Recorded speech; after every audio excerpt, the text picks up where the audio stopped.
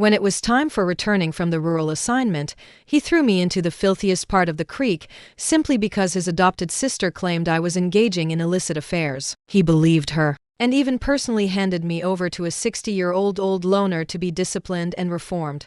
I slept in the horse stalls, ate slop, and became the ranch sarcastic every night, men's shoes lined up outside the horse stalls. A year later, he returned in triumph. But I was no longer the one waiting for him. When came to pick me up, I had been relegated to the creek for almost a year. It had been 360 days. I remembered every single one clearly, because each day here felt like purgatory at that moment. I was kneeling on the ground, washing Walter's feet. One of his feet rested on my shoulder, the other soaked in the foot bath water. I had grown accustomed to such behavior. After all, that beast had done everything imaginable to me. I was already utterly broken. Suddenly, the door curtain was violently thrown open, and the foreman burst in, flustered. "Walter, quickly, get Grace ready." Commander sent someone to pick her up, and they're already waiting in the office. Walter was startled by the sudden news and jerked his leg, splashing me with dirty, hot foot bath water. I was wearing thin clothes, my body covered in bruises, old and new scars intertwined, and the scalding foot bath water made the pain unbearable. However, what truly hurt me the most was the wound inside. The name Ethan, I hadn't heard it in a long time. He was my parents' proud student, and we had grown up together, ever since I could remember. I knew he would be my husband. Our relationship was no secret so when I was first sent down to the creek, Walter still had some reservations about me. His wrinkled face had even twisted into a fawning smile to curry favor with me, hoping I would speak well of him to Ethan when I returned, so he could gain some benefits. However, later it was Chloe, Ethan's adopted sister from 3 years ago, who relayed a message. Commander said that Ms. Grace, the assigned youth, committed a serious error. Sending her here for rehabilitation through work is meant for you to properly educate her and correct her thinking. You must not practice favoritism just because she has a connection with Commander. As soon as Walter heard this, his face immediately darkened, and his dark, coarse hand touched my waist. I pushed his hand away in disgust, angrily retorting, "Ethan is my fiancé. Are you out of your mind?" He withdrew his hand, still unsatisfied, but his gaze lingered on my body. I hated him, and I hated his lecherous gaze even more. I had written countless letters to Ethan, one after another, all begging him to have me transferred back. Towards the end, I was practically groveling, but he never replied to a single one. After endured for a month, on a night when the power went out, he finally couldn't restrain himself and forced himself on me in the dead of night. I struggled desperately, but how could I fight against Walter, who had been herding horses for decades? I screamed for help, but we were surrounded by grassland. Besides him and me, there were only herds of horses. He quickly hog-tied me to the bed, his dirty socks stuffed into my mouth. He seemed to have been drinking liquor, and he slapped my face repeatedly until it was covered in blood. Pain and humiliation made it impossible for me to think. He cursed viciously. "What are you pretending for? Your Ethan abandoned you long ago. I was even considerate enough to let you have some peace for a while. If he still considered you his lover, why would he send a young woman like you to be disciplined and reformed by an old loner like me? Besides, which of those assigned young women hasn't married in the countryside? What are you trying to prove by acting so pure? Serve me well, have a healthy boy for me, and later he. I cried until my mouth was full of blood, and my heart ached as if it were being torn apart. I didn't understand. Why had it come to this? Why was Ethan doing this to me? Without my parents' nurturing, how could he be where he is today? He had sworn at my parents' graveside to take care of me for life. I was his fiancée.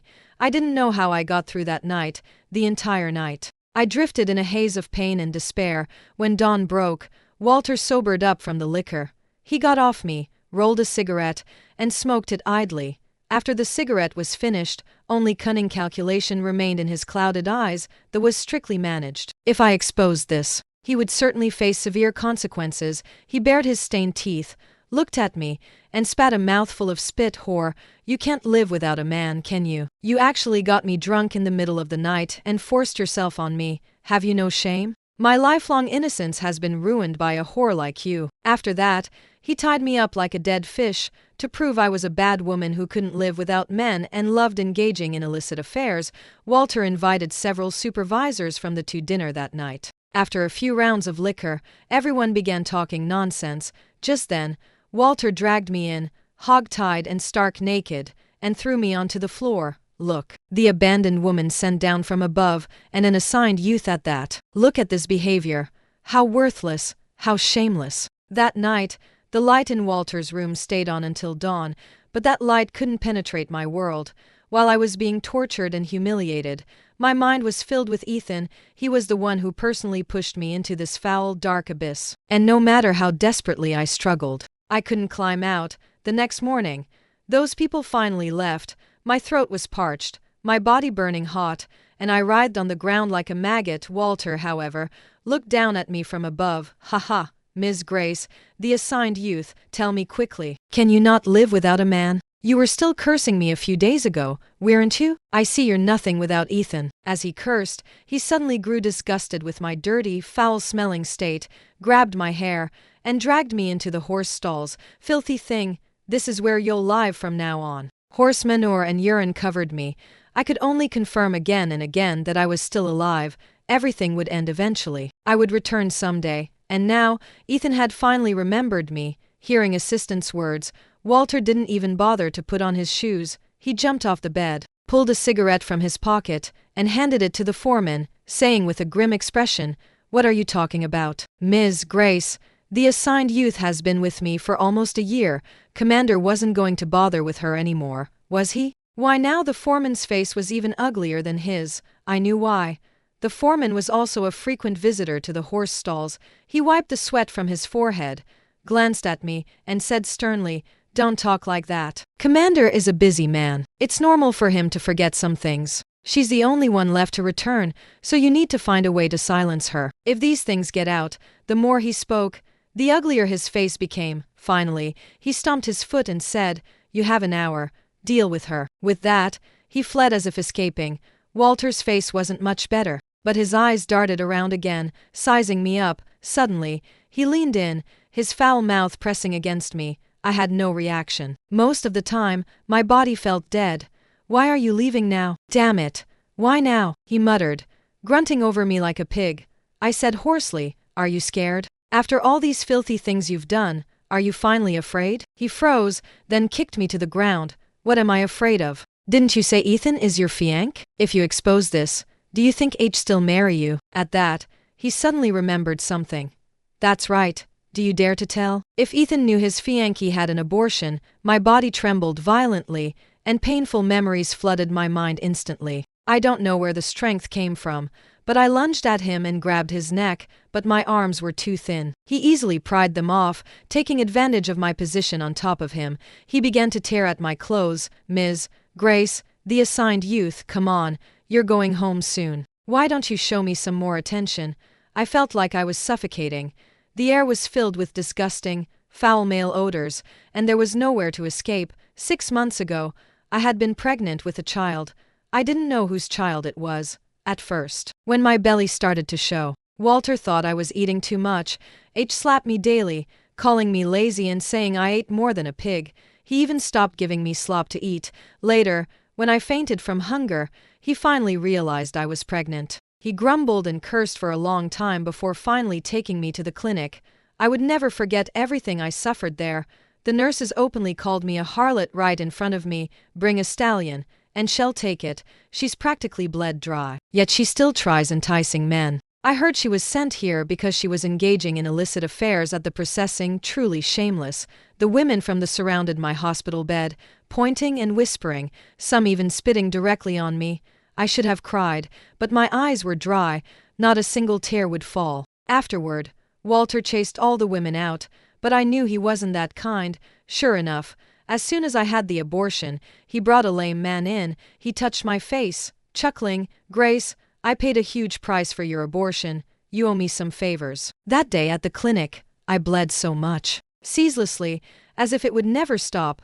I knew I would never have children again. Walter pulled up his pants, sighing. "Ah, there won't be as many men to satisfy a slut like you anymore." Then he watched me take a bath and change into clean clothes, which barely covered the scars on my body. In the mirror, my eyes were sunken, dark bruises beneath them, and my chin was sharply pointed.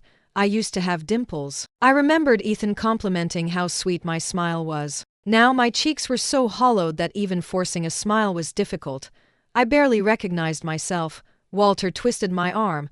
You know what to say and what not to say when you go back, don't you? I'm an old man with no children, nothing left to live for. But you still have a great life ahead of you, don't you? More than once, I thought it was a pity Walter hadn't gone to school and was stuck herding horses at the creek.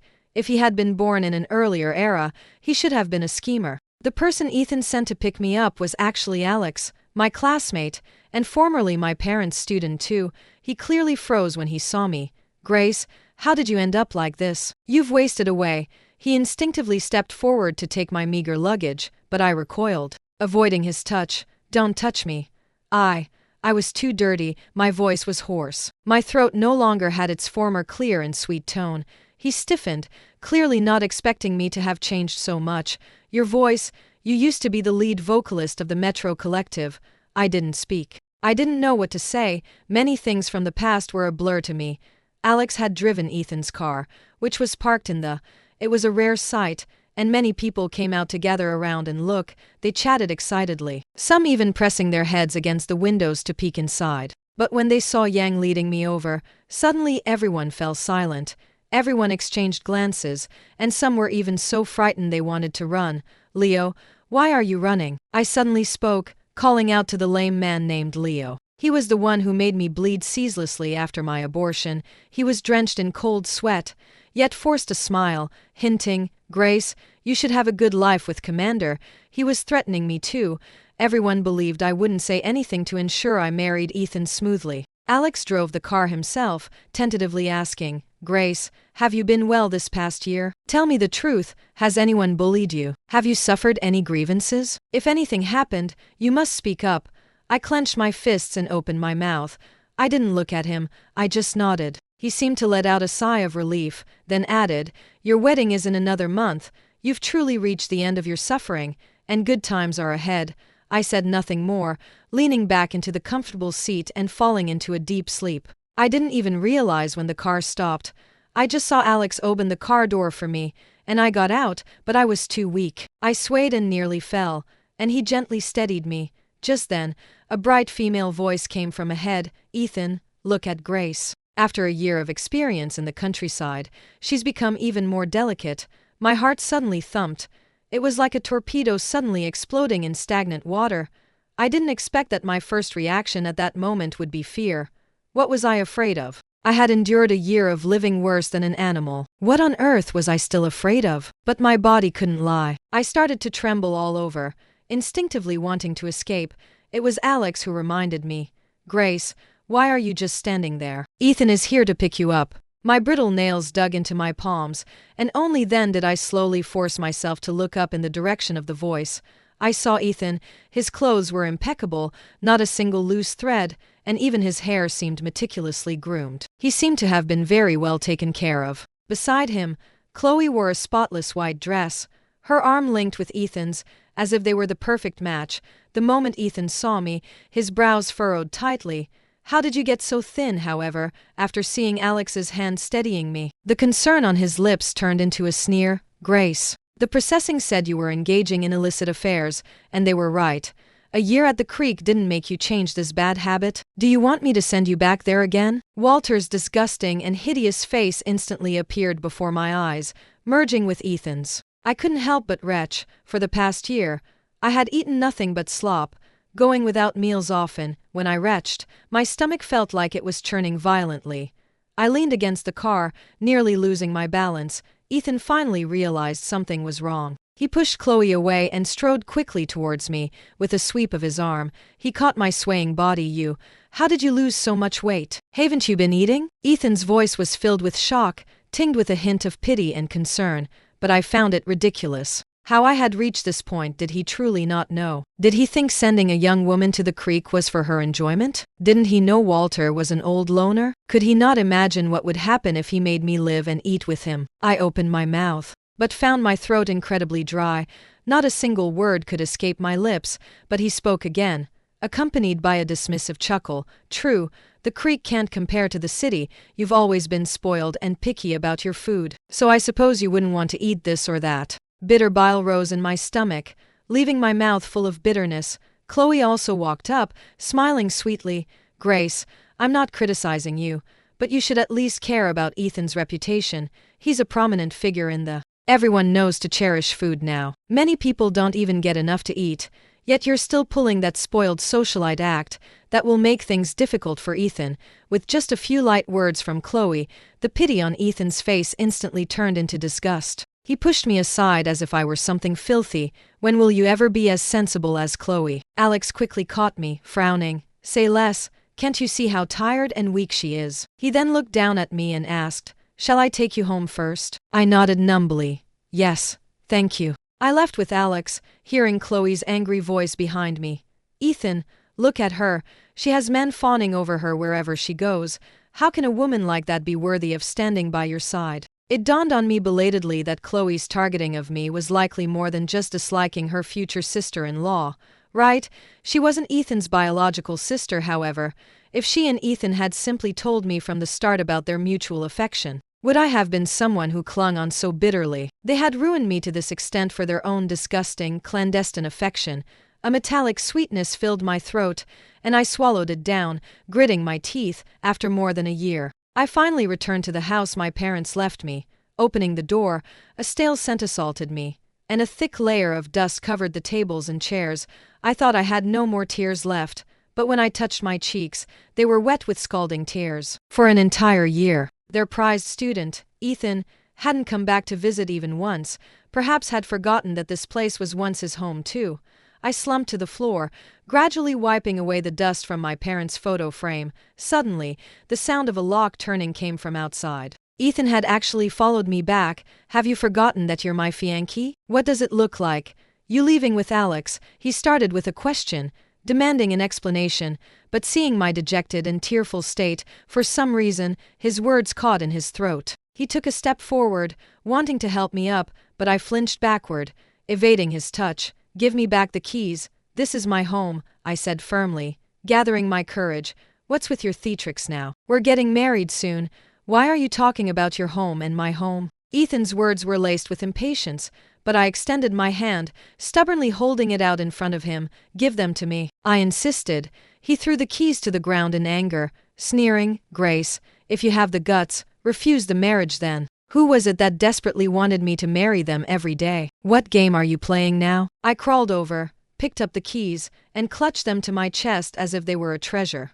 Fine.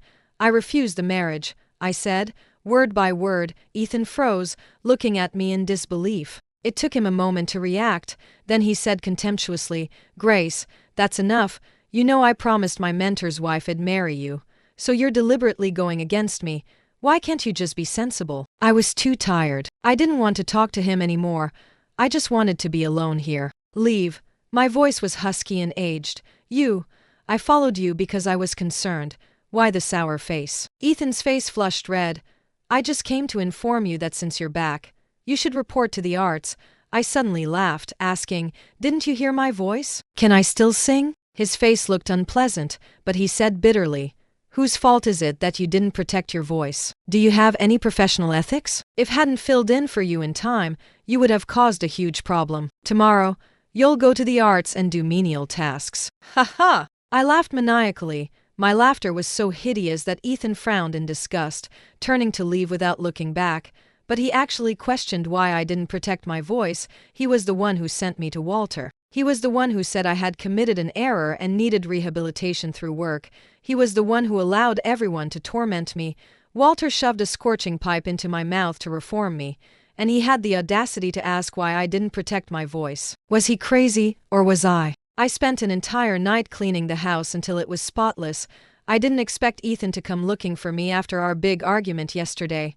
Grace, I was too agitated yesterday. Let's make things work between us from now on, he sighed, sounding a bit helpless. I didn't speak. But he pulled me into the car. I'll take you to the arts. But in the front seat, I saw a smiling Chloe. Good morning, Grace. It's on the way to the arts. Ethan often takes me. So now we can go together. Ethan shot me a guilty glance, but I didn't look at him again. I didn't understand why their ambiguous interactions had to drag me in as an audience. When we arrived at the arts, Ethan dropped Chloe and me off, then left on some business. Soon, many people gathered around Chloe, whispering and pointing at me, chuckling behind their hands. "Oh, isn't that Grace? The one who was engaging in illicit affairs and sent to the creek by Commander. She can't still be thinking of being the lead vocalist, can she? With that broken voice of hers, raspy and croaky, even the cleaning lady sings better than her. She can't possibly think that with Commander's backing, she can throw her weight around in the arts just because of her connections." As they spoke, a mop landed at my feet. "Go clean the stage. We need it for rehearsal later, and be quick about it, Auntie." Then, they burst into laughter, surrounding Chloe as they left. On the vast stage, I was left alone. I knelt down, stroking the stage beneath my feet, a faint smile unconsciously curving my lips. This used to be my stage. Once, thunderous applause was for me, and standing ovations were for me once. Ethan would rush onto the stage immediately after a performance to present me with the first bouquet of flowers. Why had everything changed? Recalling a familiar melody, I struggled to open my mouth. However, I only managed to utter a single syllable when a bucket of filthy water suddenly poured down from above, soaking me completely and knocking me to the ground. I looked up and saw Chloe standing in the audience, wearing high heels. She walked down the steps with an arrogant swagger. "Still dreaming? Don't you know how terrible your singing is? It's practically assaulting my ears." She knelt in front of me, pulling my hair, completely transformed from the person she was earlier in front of Ethan. "Grace, look down at yourself. Don't you feel filthy?" My thin clothes, once soaked, revealed the deep and shallow whip marks and cigarette burns on my body. Even without looking, they were shocking to behold. "Do you think I don't know how happy you were at the creek? Do you still have the nerve to marry Ethan?" Chloe pressed her high heels against my chin and pushed me down into the filthy water. "Why don't you just die? If I were you, I would have been too ashamed to come back." Her heel dug hard into my forehead, but I don't know where the strength came from. I suddenly grabbed her ankle. I screamed. "It was you, wasn't it? You made them do that to me, didn't you?" Chloe froze, seemingly not expecting me to suddenly resist, but she quickly recovered, kicking me back into the filthy water. "What nonsense are you talking about? I don't understand. Your rehabilitation through work at the creek was entirely arranged by Ethan. Don't you know that?" She challenged me boldly, relying on her impunity. After hearing Ethan's name, I finally lost all strength, letting myself sink into the filthy water like a maggot. Indeed, all the documents were approved by Ethan. Ha ha! Even now, I was still trying to find excuses for him. Just then, the doors of the performance hall burst open, and a blinding white light streamed in. "What are you doing?" an angry voice demanded. I saw Alex. He strode quickly towards the stage, 2 steps bringing him onto it, and pulled me out of the filthy water. "Grace is your senior, and even if her voice is damaged, you have no right to humiliate her," he said sternly. Chloe didn't expect Alex to appear. Her expression shifted, and she immediately plastered on an innocent smile. "Alex, please don't misunderstand." Grace insisted on mopping the floor herself. I was just trying to help her. And with a pull, she fell. Alex, however, didn't look at her again. He took off his overcoat and draped it over me. "I'll take you home." He carried me horizontally outside. But near the door, he ran into Ethan, who was discussing something with a colleague. Ethan initially didn't realize it was me Alex was carrying and even started to make a joke. Only as they drew closer did he see it was me, and his face immediately turned grim. Ethan took a long stride, blocking Alex's path, and reached out to grab my arm. "Alex, I've warned you more than once.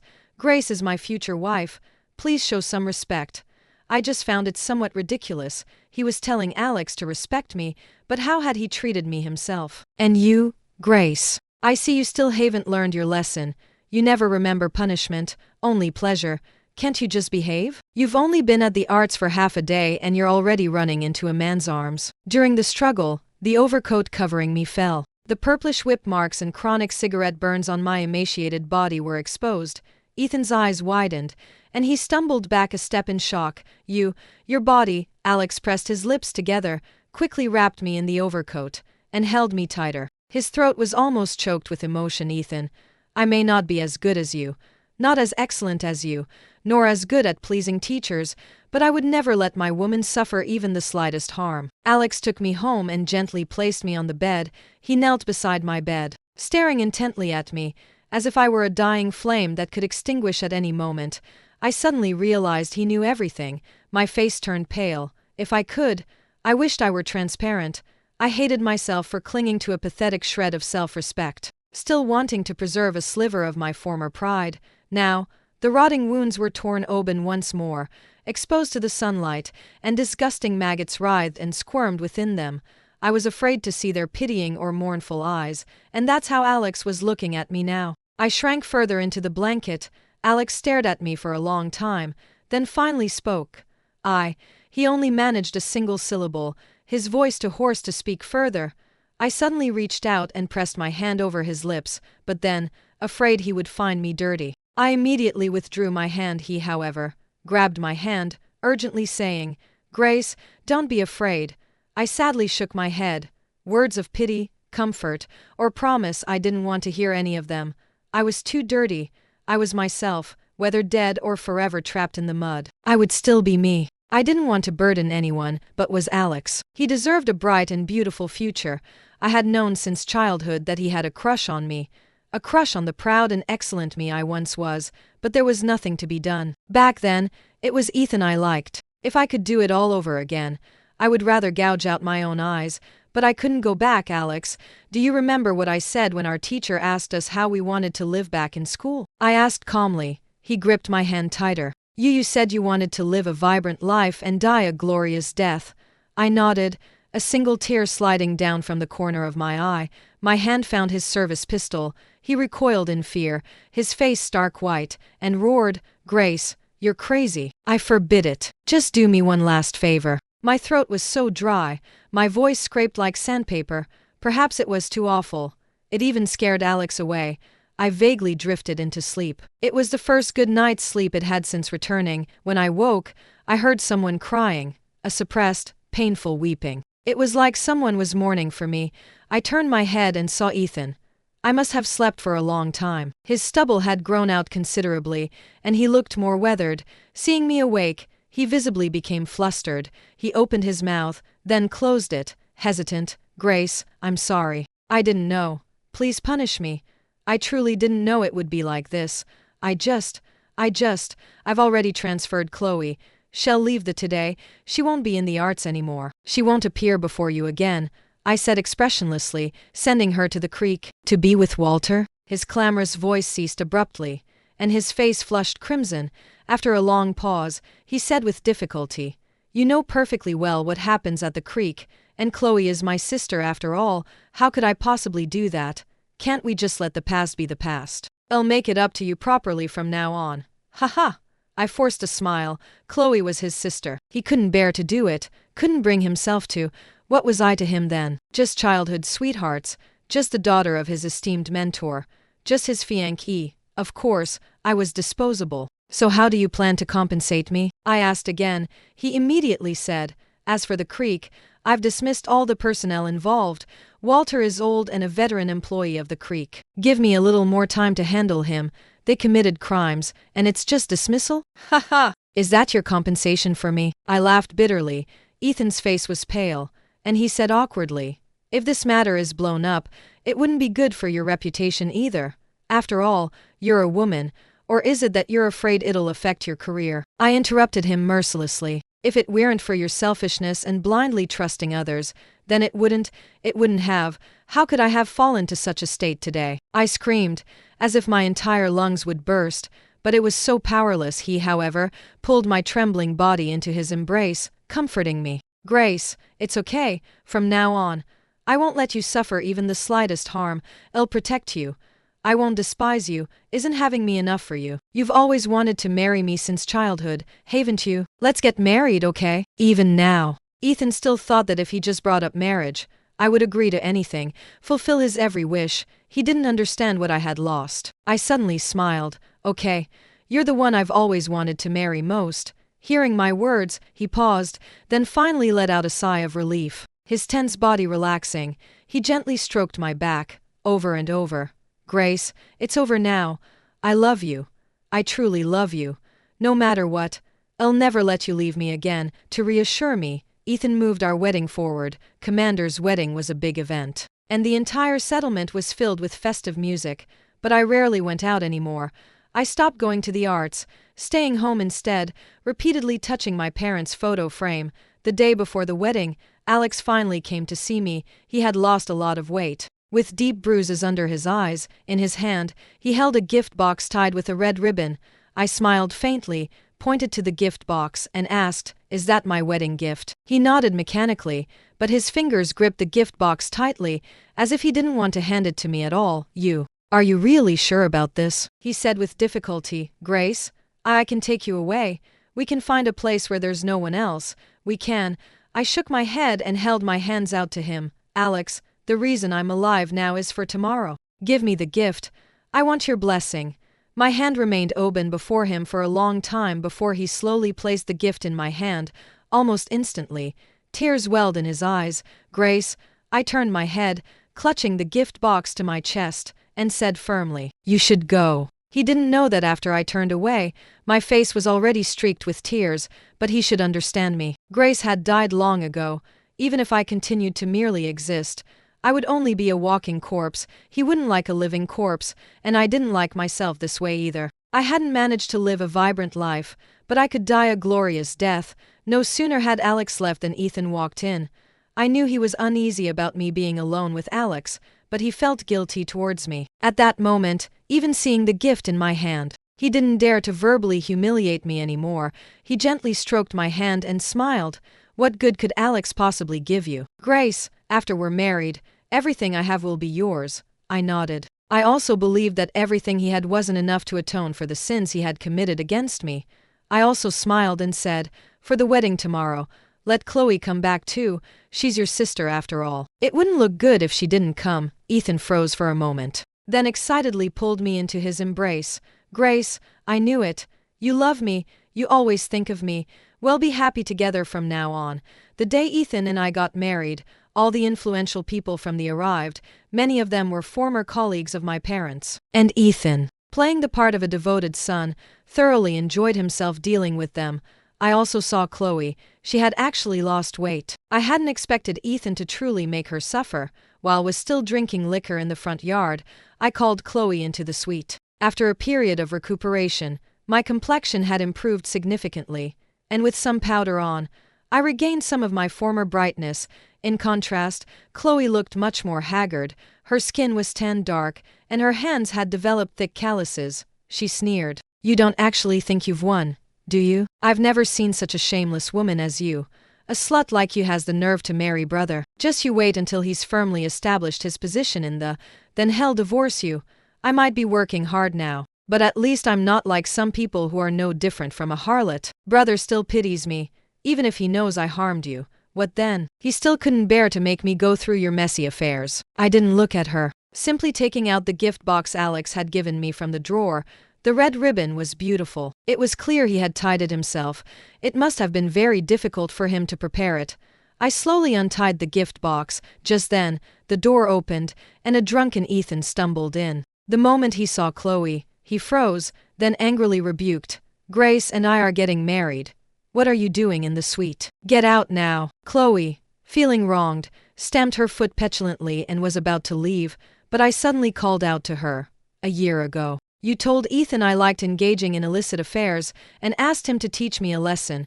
It was also you who repeatedly sent messages to the creek, hinting for the people there to defile and humiliate me. You wanted me to die at the creek. Whether by torture or suicide, it didn't matter, because then you could rightfully marry Ethan." Ethan's face paled, and he said, "Grace, today is our big day. Why talk about these things?" I smiled.